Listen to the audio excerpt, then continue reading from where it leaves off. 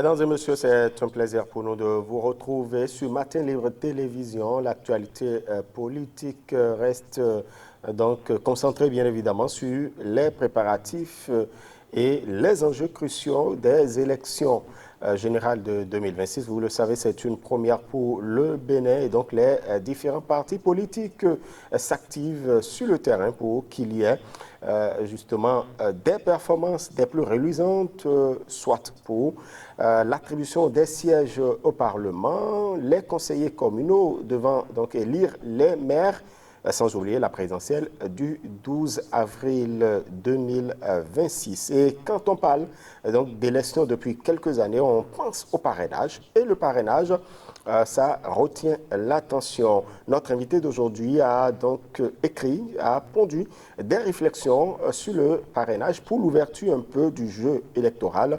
Pourquoi? Quelles sont les motivations qui sous-tendent ces écrits et puis quelle est la faisabilité? Nous en parlerons donc avec l'ancien ministre Alain Adiou qui nous fait l'honneur de partager ce plateau avec nous. Ministre Alain Adiou, bonsoir. Bonsoir, cher ami journaliste. Bonsoir à vous et à tous les téléspectateurs. Voilà, merci pour la disponibilité. C'est moi. Et quelle est l'actualité donc de l'ancien ministre Alain François Adiou? Voilà, vous n'êtes plus dans le parti FCBE, ça, on le sait, mais qu'est-ce qui a évolué? Je ne suis plus actif partisan dans aucun parti politique. Je l'avais annoncé, c'est ce qui est actuellement. Qu'est-ce que je fais actuellement? Je me repose. Je me repose beaucoup, mais le repos pour un intellectuel, c'est changer d'activité. Actuellement, je m'adonne beaucoup à la réflexion écrite, à la lecture et à, j'allais dire quoi, m'occuper un peu de moi-même, parce que ça fait longtemps que j'ai eu le plaisir de le faire. Et je suis l'actualité, je lis pour prendre des informations à gauche et à droite, à l'intérieur comme à l'extérieur du pays. Voilà, et quand vous lisez les informations, l'actualité au Bénin, l'actualité politique notamment, vous voyez qu'il y a quand même des va-et-vient qui s'observent au niveau des partis politiques, des démissions, des adhésions, des débauchages, des, excusez en griffe, des insultes par ailleurs. Qu'est-ce que cela vous fait dire? En dehors des insultes, les premiers éléments dont vous avez parlé montrent que le jeu partisan n'est pas encore bien perçu par les Béninois, parce qu'on ne peut pas quitter un parti politique pour un autre parce que des élections arrivent. Mais c'est ce que nous avons observé assez récemment.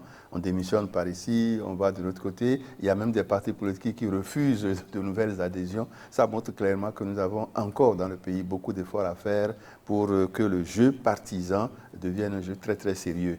Les insultes, bon, je ne me prononce pas là-dessus parce que ce n'est pas mon genre. Est-ce que c'est justement ces allers-retours que nous constatons au niveau des militants des partis politiques? Est-ce que c'est toujours la forme moderne? C'est la forme moderne de la transhumance politique? Je ne sais pas s'il y a une forme ancienne, mais quand même, la forme moderne, non. Je dirais que ce n'est pas bien. Vous savez, on adhère à un groupe, on adhère à une association par conviction. De façon ordinaire, de façon naturelle, c'est la nature de l'association, les objectifs, la vision, les activités prévues, le pourquoi de l'association. C'est ça qui attire quelqu'un et il adhère. S'il n'est pas membre fondateur, il adhère. Si c'est un membre fondateur, c'est parce qu'ils ont réfléchi ensemble à quelque chose à faire qu'ils ont décidé de créer cette association-là.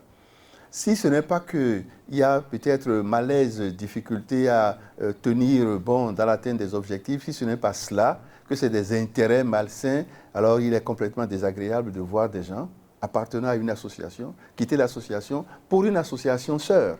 Parce qu'un parti politique, son autre frère, c'est encore un autre parti politique. Donc si je quitte un parti politique pour un autre parti politique, parce que les élections arrivent, ça veut dire que, je m'excuse, c'est du vagabondage. Je m'excuse vraiment l'expression. Et ce n'est pas bien. Ça ne montre pas une bonne impression. Donc on a vraiment encore de l'éducation à faire pour que les partis politiques regorgent de gens convaincus. Je ne parle pas de partis politiques, mouvance opposition, non, je parle de partis politiques en général. Exactement. Parce que c'est un creuset où des gens décident de se mettre ensemble, portant une vision, portant des idées très claires de société pour le pays, pour leurs frères et sœurs en société. Ils ont décidé de faire quelque chose ensemble. Je ne vois pas pourquoi on va quitter, parce qu'il il y a de nouvelles élections qui arrivent, de nouvelles opportunités. Non, ce n'est pas bien. Est-ce que si la responsabilité donc des militants, de ces militants qui démissionnent d'un parti politique et qui adhèrent à d'autres, à un autre, si la responsabilité est engagée, donc de ces militants est engagée, est-ce que la responsabilité des partis politiques également n'est pas engagée? Des responsables notamment, oui, oui, oui, oui. Mais normalement, ainsi, dans un parti politique, il y a la démocratie. Si on peut échanger, si on peut parler, si on peut critiquer, c'est la démocratie à l'interne. Les contradictions se régleront à l'interne. On n'a pas besoin de partir. Effectivement, nous observons que les partis politiques sont encore dirigés de main de maître. Je ne veux pas aller plus loin. Parce que quelques partis politiques dont je... En fait, vous voulez dire qu'il y a toujours des hommes forts? Il y a toujours des hommes forts. Il y a toujours des hommes forts dans les partis politiques, oui. Il y a toujours des hommes dont la volonté est incontournable dans les partis politiques. Ça fait que des militants sont insatisfaits. J'en ai beaucoup entendu ces derniers temps. Très bien. Voilà. Avant donc d'aborder ce qui nous rassemble, fondamentalement, c'est bien votre réflexion sur le parrainage. Il y a tout de même, puisque il y a votre ancienne formation politique qui justement a des conseillers communaux qui ont démissionné par ailleurs et qui se sont retrouvés dans le parti d'opposition Les Démocrates. Je voudrais parler donc de cette actualité qui touche à la commune de Candy. Et le vote de défiance a été donc fait. Et puis ces conseillers ont été donc destitués. Vous avez lu cette actualité. Qu'est-ce que cela suscite en vous comme analyse? Rien de particulier, hein. C'est de droit reconnu que si vous avez un siège pour le compte d'un parti politique, que vous partez, le parti politique a des droits. Donc si le droit est exercé, pourquoi pas? Et je dirais même, il était temps. Parce que FCBE, pour le peu que j'en ai retenu, a perdu pas mal de militants, de responsables à un certain niveau et n'arrivait pas à obtenir gain de cause. Et cette fois-ci, sûrement que ça a marché, je dirais, c'est tant mieux pour FCBE, mais ça ne devrait pas normalement toucher à la dynamique du départ de FCBE de la part de ceux qui sont partis. Il y a quand même certains de ces conseillers qui estiment que il y a beaucoup d'accointances entre FCBE, qui est un parti de l'opposition, et l'UPR, par ailleurs, la mouvance. Ça ne m'étonne pas. Ça rejoint ce que vous dites il y a quelques mois. Pas forcément. C'est à peu près, mais pas forcément. Moi, je dis simplement que le jeu partisan est encore à clarifier. Parce que ce jeu partisan, les partis politiques, hein, pour ce que j'en sais, ne sont pas établis sur des bases solides. Nous avons encore à peaufiner, à approfondir la réforme dans ce sens-là. Il y a encore du travail. Du travail. Oui. Parfait. Venons-en maintenant au parrainage. Le parrainage, comment le décrivez-vous? De façon générale, quelqu'un parraine quelqu'un d'autre. Le parrain se distingue du filleul, normalement, dans la vie ordinaire. Exactement. Voilà. Donc, un parrainage, c'est une caution que quelqu'un apporte à un autre pour dire il est capable de faire ceci ou cela, ou bien je l'accompagne, je le protège pour telle activité. C'est ça le parrainage. Oui. Maintenant, le parrainage politique, oui. Ailleurs, on sait ce qui se passe. Hein. Il y a le cas de la France, le cas du Sénégal, le cas de la Côte d'Ivoire, et d'autres cas. Notre cas aussi, c'est pour corriger certains biais, je dirais, semble-t-il. Est-ce que les biais sont réellement corrigés? Bon, on va en parler, on va le voir. Donc le parrainage, au sens général, c'est une caution qui est accordée par quelqu'un à un autre pour dire oui, il est capable de faire telle chose. Très bien. Et vous avez réfléchi à haute voix, puisque c'est tombé dans l'espace public, vos écrits sur le parrainage. Qu'est-ce qui a motivé cela? J'avoue que pendant un certain temps, j'ai observé que les gens parlaient beaucoup de l'article 146, qui parle, lui, des 20% à obtenir par chaque parti politique ou coalition de partis politiques qui compétissent aux élections législatives. Je me suis dit, bon, ça c'est vrai, c'est important. Tout ce qui devait être dit sur cet article l'a été. J'ai observé que sur l'article 132, pas grand-chose. C'est vrai, j'ai observé aussi, il n'y a pas très longtemps, quelques journalistes qui ont commencé à aborder la question, parler de l'autoparrainage, parler des difficultés potentielles, etc. Et je me suis dit, bon, oui, cet article concerne quand même une élection majeure, Exactement. la présidentielle. La présidentielle, ce n'est pas rien dans un pays. Pas du tout. Les législatives, on peut encore. Mais la présidentielle, c'est une élection majeure. Nous allons changer de chef d'équipe, de premier serviteur. Et on n'en parle pas beaucoup. Et j'ai lu, relu plusieurs fois l'article et j'étais vraiment gêné par des restrictions, des verrouillages à gauche, à droite. Et j'ai interpellé un ami, j'ai dit non, moi je ne suis pas du tout d'accord, ce n'est pas bien. Il y a un élément qui m'est apparu très fort, caractérisant, je dirais, une certaine injustice vis-à-vis du peuple lui-même, de la part des acteurs politiques, on y reviendra. Oui.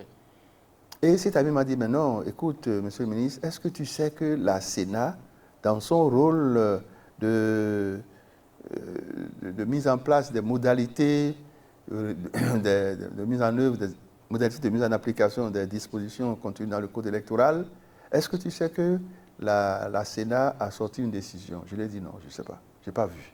Je dis, ah, je vais te l'envoyer. Et cet ami m'a envoyé l'article, enfin la décision. Je l'ai lu, la décision 25/12 de la Sénat du 18 juillet 2025. Et j'ai dit, ah bon? J'ai été frappé par le point qui parlait du parrainage, de la possibilité qui est donnée aux parrains potentiels, donc les députés et les maires, de parrainer quelqu'un qui ne serait pas directement membre de leur formation politique. Et la décision dit que parmi les pièces individuelles qu'on va réclamer aux candidats potentiels, on leur demandera les preuves de leur désignation par le parti ou la coalition de partis détenteurs de parrainage ou de parrain. Oui. C'est quand même une ouverture. Parce qu'il y a quelque chose qui coinçait, qui verrouillait, qui semble être sauté. J'ai investigué un peu autour de moi, des amis de la Sénat. Ils m'ont dit oui, c'est comme ça. OK. Donc je vais réfléchir là-dessus. Donc j'ai réfléchi. Et j'ai sorti cet article-là. J'en ai discuté avec quelques camarades, quelques amis. Ils m'ont dit oui, ton analyse est juste. J'ai dit bon, si c'est comme ça, je vais appeler l'opinion publique, presque à la rescousse, pour que nous constations. Parce que actuellement dans le pays, les élections sont annoncées, c'est vrai. On constate que, contrairement aux autres années, un an avant, plus d'un an avant, on connaît déjà des candidats, ça commence à bouger dans l'opinion, mais là c'est le calme plat. Mais ce n'est quand même pas le régime de Patrice Talon qui a imposé ça. Il a peut-être imposé à ses partisans, à la mouvance, peut-être. Parce que la raison que moi j'ai retenue, c'est que à l'approche des élections, notamment la présidentielle, dans l'administration publique, ça travaillait moins, on utilisait les moyens de l'État, on va à gauche, à droite, etc. Donc, le fait de ne pas permettre à ce que plus de 6 mois avant, il y ait de ce genre de comportement, je dis, ça se comprend. Mais du côté de l'opposition, pourquoi on ne sent pas grand-chose? C'est vrai qu'il y a eu des candidatures indépendantes qui se sont prononcées, qui sont annoncées. Mais, bon, donc j'ai réfléchi, j'ai partagé l'information. Des amis ont lu l'article, j'ai reçu beaucoup d'appels, beaucoup d'encouragements. Ils disent, oui, voilà, c'est important. Et il manque un peu dans notre pays des gens d'une certaine liberté d'opinion, surtout dans le milieu politique. Depuis que je suis sorti du carcan d'un parti politique, j'ai retrouvé cette liberté-là. Donc c'est comme un intellectuel engagé pour analyser les choses politiques de notre pays. D'ailleurs, j'ai signé l'article en disant « ancien ministre, membre de l'opposition non partisane ». Ça n'a pratiquement jamais existé. Voilà. Et il dit « mais oui, comme il existe une opposition parlementaire, il en existe également de non parlementaires, il devrait pouvoir exister une opposition non partisane ». Très bien. Et donc, il y a une ouverture. Oui. Là, concrètement, en fait, cette ouverture, quelle est la conséquence? D'abord, excusez-moi, resituons-nous un peu dans le débat. D'accord. Le parrainage tel qu'il est institué dans notre pays, pour aller vite, en conclusion, je dirais que ce n'est pas bien. Tel que le parrainage est institué chez nous, ce n'est pas bien. Et je vais faire la différence.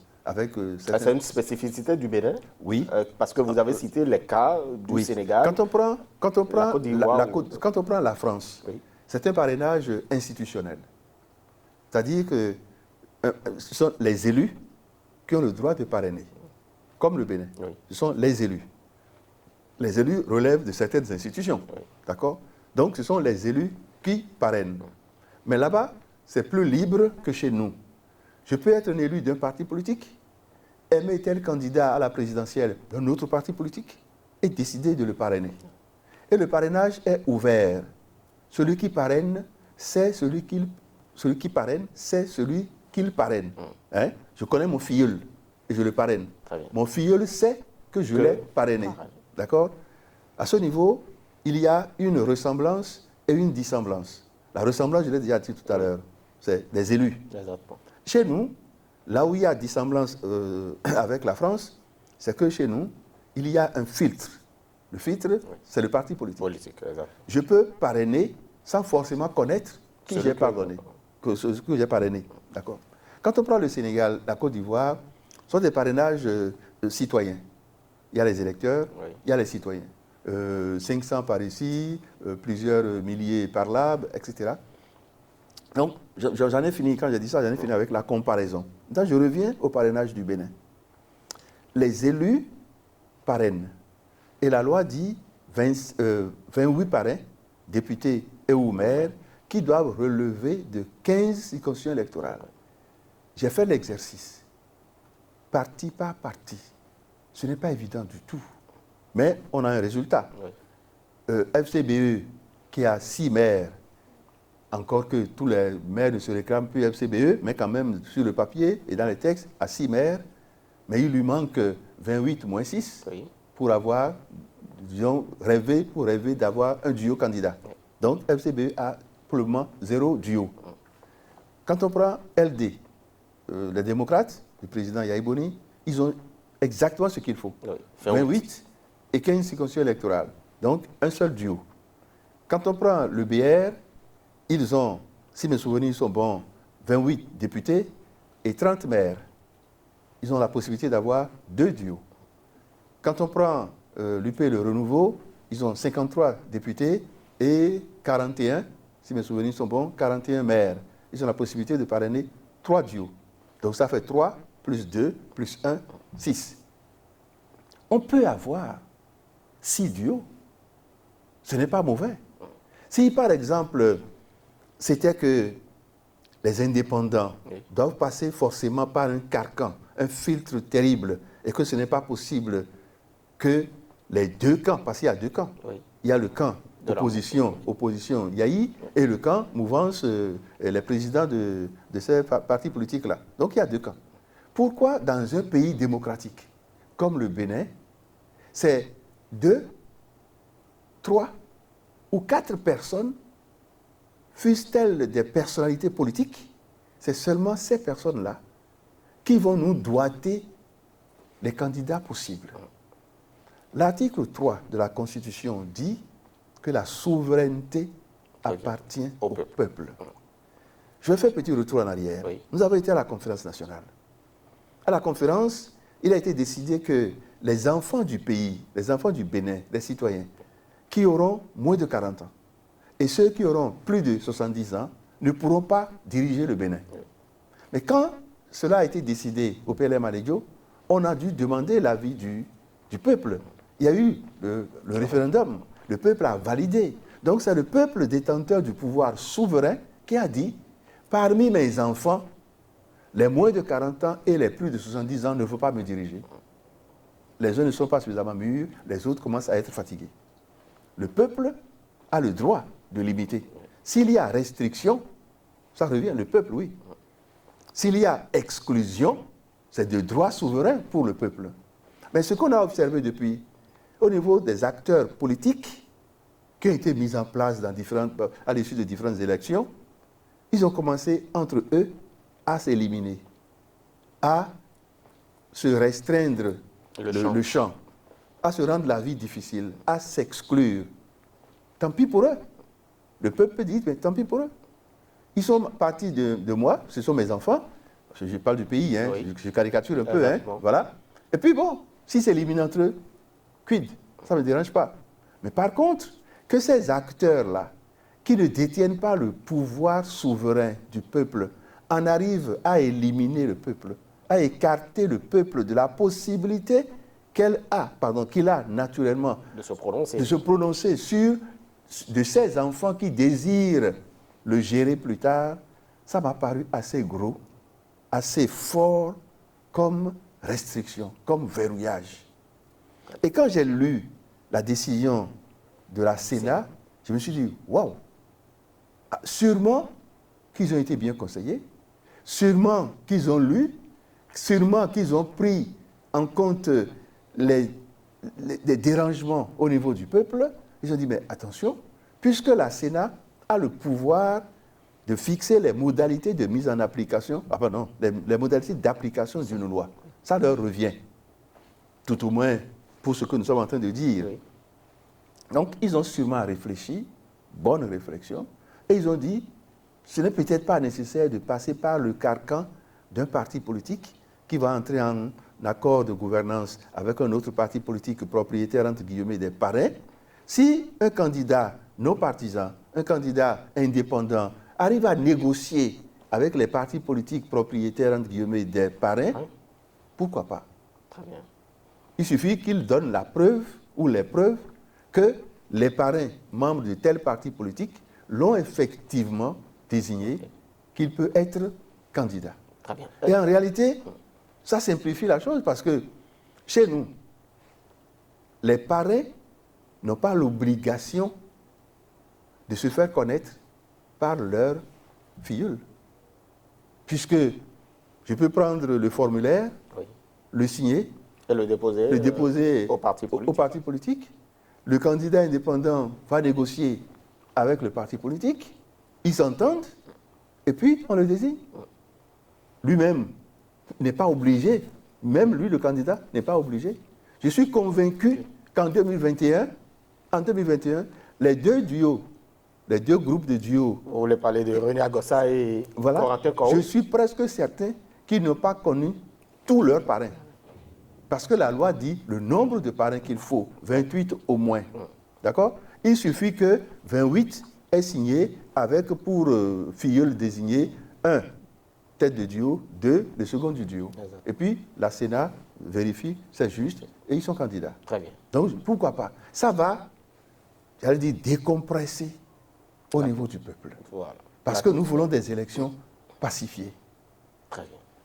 Ce que je dis là... Est-ce que cette compréhension que vous avez, est-ce que cette compréhension est connue des acteurs politiques aujourd'hui, quand on sait que, on se retrouve presque dans un cadre bien fermé? Je vais vous faire une toute petite confidence. D'accord. Quand l'article est sorti, j'ai reçu des coups de fil. J'ai reçu des réactions par personne interposée. Et je dis, ce que Adou dit là, mais ce n'est pas faux. Il y en a qui, comme moi, ont avoué qu'ils n'étaient pas au courant. Qu'ils ne savaient pas que la Sénat avait sorti une décision. Et ça a fait l'objet de discussions dans des milieux politiques. Mouvance comme opposition. Alors, si c'est vrai, je dirais c'est tant mieux. Je suis aujourd'hui dans le rôle non partisan, presque, le mot est fort, pardonnez-le-moi, presque d'éclaireur politique. Voilà. Il y a telle chose que j'observe. Moi, je fais la réflexion là-dessus, je la partage. S'il y en a qui sont d'accord, c'est tant mieux. S'il y en a qui ne sont pas d'accord, on peut confronter les idées et avancer. L'essentiel, c'est faire avancer le pays. Nous sommes déjà convaincus que actuellement notre démocratie est en souffrance, qu'il faut faire pas mal d'efforts pour redresser un certain nombre de choses. Mais travaillons ensemble à ce que les élections qui arrivent, notamment la présidentielle, se passent bien. Très bien. Il y a tout de même, il y a quelques mois, justement, votre ancienne formation politique avait quand même avoué, l'un des responsables avait avoué qu'ils iraient à la quête de parrainage au niveau de la mouvance présidentielle. Et donc, et certains voyaient que ce n'était pas une chose qui devrait être au regard du statut, parce que l'autre se retrouve dans l'opposition, un parti politique de l'opposition va à la quête du parrainage au niveau de la mouvance, ça dénote d'une relation incestueuse pour certains. Donc avec cette ouverture, ça ne devrait plus, on ne devrait plus avoir ces pensées alors. Normalement, c'est à cet effet que j'ai produit l'article, pour que tout le monde se convainque des possibilités qui s'offrent à nous dans le pays. Le parrainage en lui-même a verrouillé des choses. Il y a pas mal d'analyses qui montrent que le parrainage tel que c'est est antidémocratique. Je partage tout ça. Antidémocratique. Oui, ça carrément. Oui, parce que n'oublie, oui, en tant qu'individu, en tant que personne, j'ai des droits. J'ai le droit d'être candidat. Mais tel que c'est, s'il n'y avait pas l'ouverture, c'est que mon droit là est bafoué. Mais bon, vous savez, dans une démocratie, il y a des règles. Oui, mais je dis, les règles peuvent être bonnes comme mauvaises. D'accord? Et si on avait appliqué ça in extenso, je dirais que cette règle-là n'est pas bonne. Parce que ça limite. Mais aujourd'hui, même si on n'a que 5 duos de candidats, je dirais c'est pas mal du tout. Plutôt que d'en avoir 2 ou 3. Quand on a 5, quand on a 6, c'est tant mieux. Alors, si vous regardez bien, les LD, opposition connue, un duo. Les gens du BR et de l'UP Le Renouveau, 5. Si par exemple les deux là s'entendaient pour ne désigner qu'un seul duo, au lieu de 5, il resterait 4. S'ils en désignaient chacun 1, il resterait 3. On aura au moins 3 duos de candidats qui seront forcément des candidats indépendants. Parrainer quelqu'un ne voudra pas alors signifier qu'on a tous les droits sur la personne, non, on pourrait le contrôler, non, parce qu'il y a quand même justement ce revers. Non, le parrainage tel qu'il est chez nous, et c'est l'une des faiblesses, c'est peut-être tant mieux pour certains, d'accord? Le parrainage tel qu'il est n'est pas une caution politique apportée à celui qu'on a parrainé. J'ai dit tout à l'heure que le parrainé peut même ne pas connaître ses parrains. Normalement, ce n'est pas bien. Normalement, ça ne devait pas être ça. Mais tel que c'est, les parrains ne sont pas obligés de se faire connaître par la personne parrainée. Il se pourrait même que des parrains ne sachent pas qui on a mis sur son sa fiche, son formulaire, parce qu'il a déjà apporté sa signature, il a déjà proposé sa signature. Et le parti a décidé qu'on affecte tel au candidat. Donc il n'est même pas obligé de savoir. Mais s'il le savait, le parrainé n'est pas obligé de le savoir. Donc ce que je dégage là, c'est le parrainage tel qu'il est institué chez nous, jusqu'à nouvel ordre, n'est pas une caution politique. Et il n'est pas dit, tel que le parrainage est chez nous, que celui qui a parrainé ira faire campagne avec son parrainé.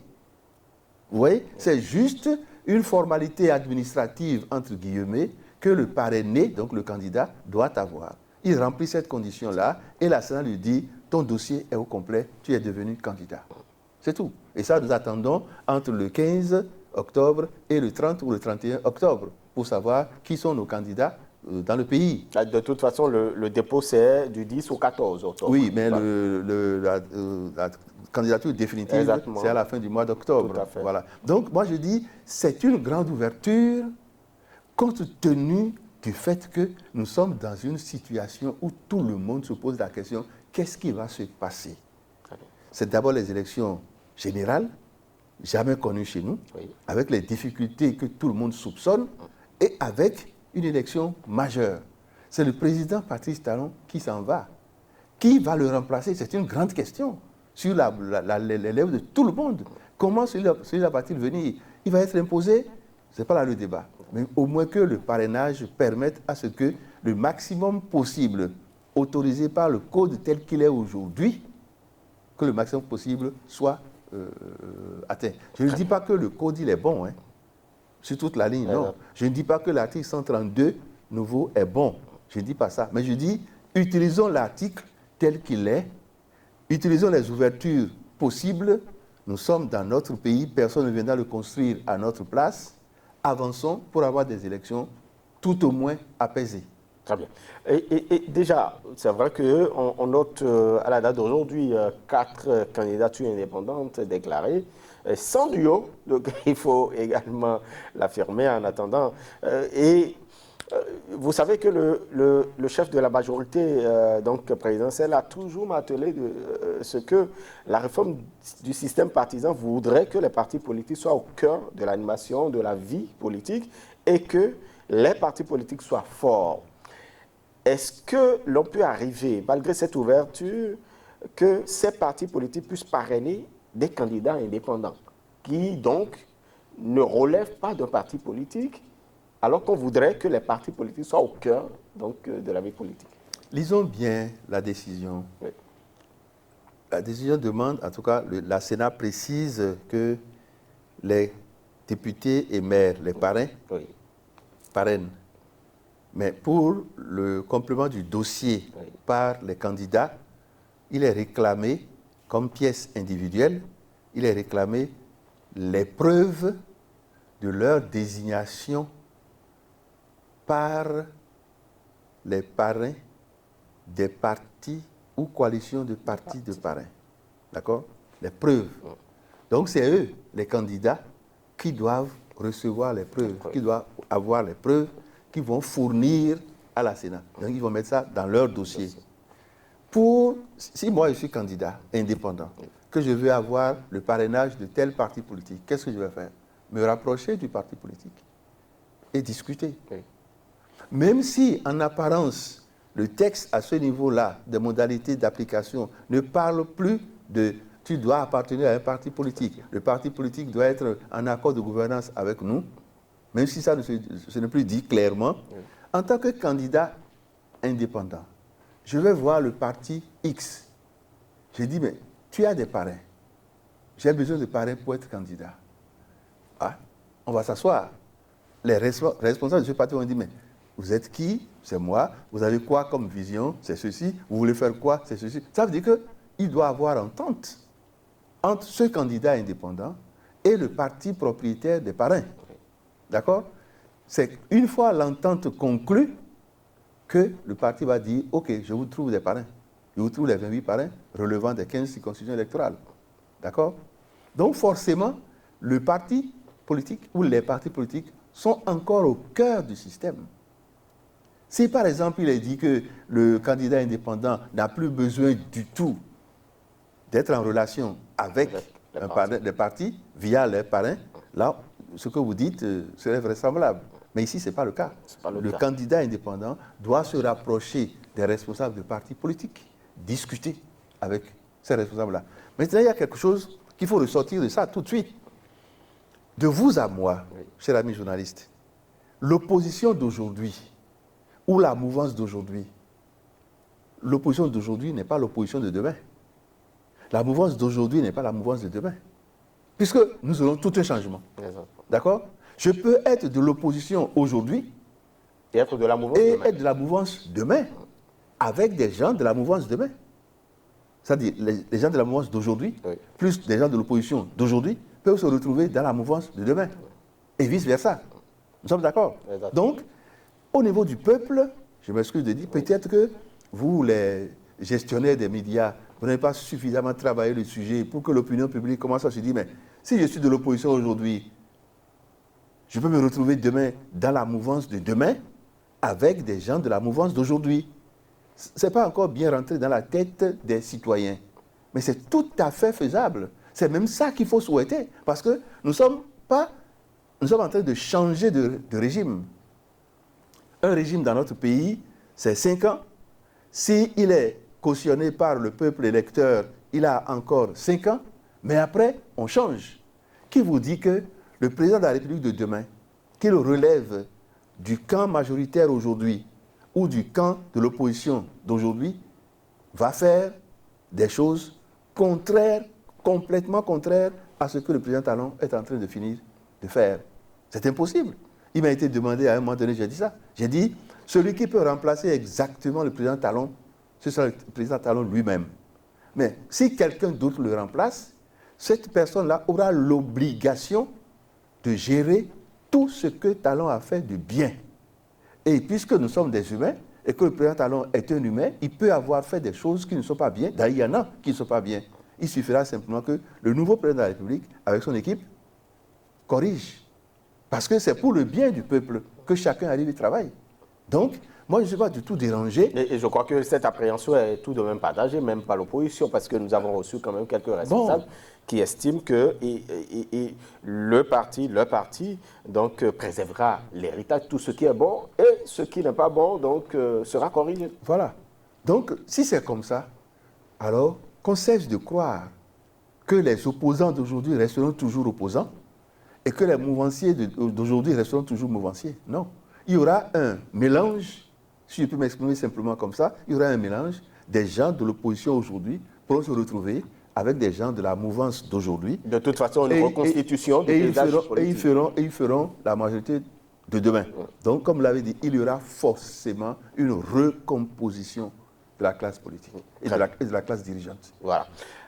Votre message, c'est vrai, vous avez reçu des appels, vous avez été entendu par certains, mais l'objectif, c'est que les acteurs politiques puissent comprendre justement cette ouverture que nous avons aujourd'hui. L'objectif, le premier, il y en a deux au moins. Oui. Le premier objectif, c'est que les acteurs politiques cessent de croire qu'ils sont au-dessus du peuple, que la souveraineté appartient au peuple. Et que ce qu'ils ont mis là, heureusement qu'il y a une ouverture possible maintenant, sinon ce qu'ils ont mis là, ce n'était pas bon. Donc ça, c'est le premier objectif, que les acteurs politiques se convainquent que demain, en nous fabriquant des lois, ils doivent rester attentifs pour sauvegarder la souveraineté du peuple. Premier objectif. Le deuxième, que tout le monde s'accorde pour dire il y a ouverture. Il y a ouverture. Donc, saisissons cette occasion-là, allons dedans et voyons tout ce qui est possible de faire pour que le peuple béninois ait à sa disposition plus de 2 ou 3 candidatures, duos de candidatures. Qu'il y ait des candidatures de la mouvance, des candidatures de l'opposition, mais également des candidatures citoyennes, c'est-à-dire des candidatures indépendantes. Et la compétition aura lieu. Jusque-là, je n'ai parlé que d'élections apaisées. Je n'ai pas parlé d'élections transparentes. Pourquoi? Non, parce que l'objectif du parrainage du parrainage d'abord et de l'article, ce n'est pas ça. Donc, élection apaisée, à la limite, on peut ajouter un autre qualificatif, inclusive. Élection relativement inclusive et apaisée. C'est déjà beaucoup pour notre pays. Très bien. Permettre donc à un plus grand nombre, tout au moins 5, six même. Voilà, d'avoir quand même cette opportunité donc de s'exprimer sur le terrain, de montrer d'exposer la vision à travers donc leur projet de société et tout cela. Est-ce que des candidats, en fait, ce que nous avons entendu, vous avez vu Daniel Eda s'est déclaré candidat, il y a bien d'autres également, en tout cas 4 pour le moment.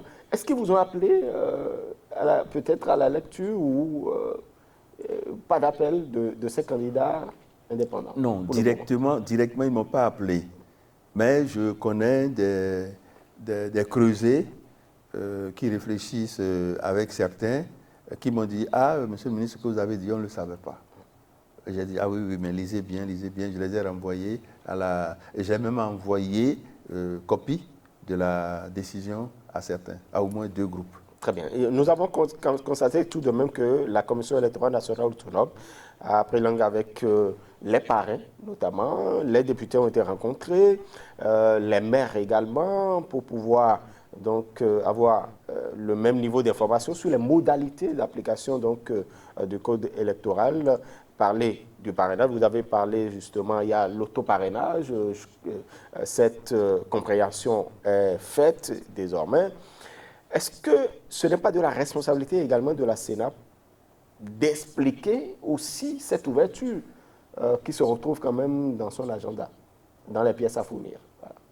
Voilà. La décision dont j'ai parlé dans mon article, je dirais oui, normalement oui. Mais est-ce qu'elle en a parlé? Je n'en sais rien, puisque je ne suis pas allé à la Sénat. Donc, mais normalement oui. Peut-être qu'elle se prépare, elle se donnera l'occasion de le faire de façon plus populaire, peut-être. En tout cas, moi j'ai lu, ça m'a intéressé, ça a retenu mon attention, parce que, comme je l'ai dit, je suis dans la position où je défends le pays, je défends tous les camps politiques. L'essentiel, c'est que notre pays se retrouve dans les mains de quelqu'un qui va être reconnu comme président de la République et que nous travaillons à ne pas détruire les acquis depuis la conférence nationale, qu'on tourne le dos définitivement à la violence, au casse, etc., pour avancer progressivement. Le développement lui-même à construire, c'est déjà un exercice extrêmement difficile. Donc, qu'on ne se mette pas à se battre entre nous. Donc, la Sénat n'a pas fait. Peut-être qu'elle a ça dans son agenda, mais si elle ne le fait pas, les citoyens comme moi, on a commencé et c'est tant mieux, parce qu'il vaut mieux que le peuple soit informé et travaille dans ce sens-là. Au-delà des médias, est-ce que vous avez prévu d'autres actions après cet écrit? Bon, il y a d'autres réflexions que je suis en train de mener, toujours dans le cadre de la présidentielle qui arrive, bon, les élections en général, mais je campe ma réflexion sur la présidentielle. Et en dehors de ça, pour le moment, non, je me réserve. Je ne livre pas un certain nombre de choses. Oui. C'est trop tôt. Trop tôt. Oui. Voilà. En tout cas, nous sommes dans un mois et demi, bon, ça commencera à être plus clair et on verra. Très bien, on verra. Et certainement, on aura l'occasion de recevoir par ici. Voilà, nous sommes malheureusement au terme de nos échanges. Ministre Alain Adiou, quel est votre mot de fin? Je dirais simplement que bien des points, bien des articles du code électoral font souffrir les Béninois que nous sommes. Bien des articles ont porté des coups durs à notre démocratie, mais personne ne viendra construire notre pays à notre place. C'est nous-mêmes. Nous pouvons aujourd'hui poser des actes, prendre des textes qui rendent difficile le combat démocratique, mais il est également nécessaire que nous nous asseyions pour discuter. Ce que nous n'arrivons pas à faire correctement, je parle des acteurs politiques, ce que nous n'arrivons pas à faire, c'est, pour le moment, la démocratie, elle est plutôt institutionnelle dans notre pays. Elle n'est pas devenue une démocratie populaire, une démocratie au niveau du peuple, une démocratie participative. Et c'est à cela que moi, j'exerce ma réflexion. Il faut que le peuple se considère comme le propriétaire de la démocratie.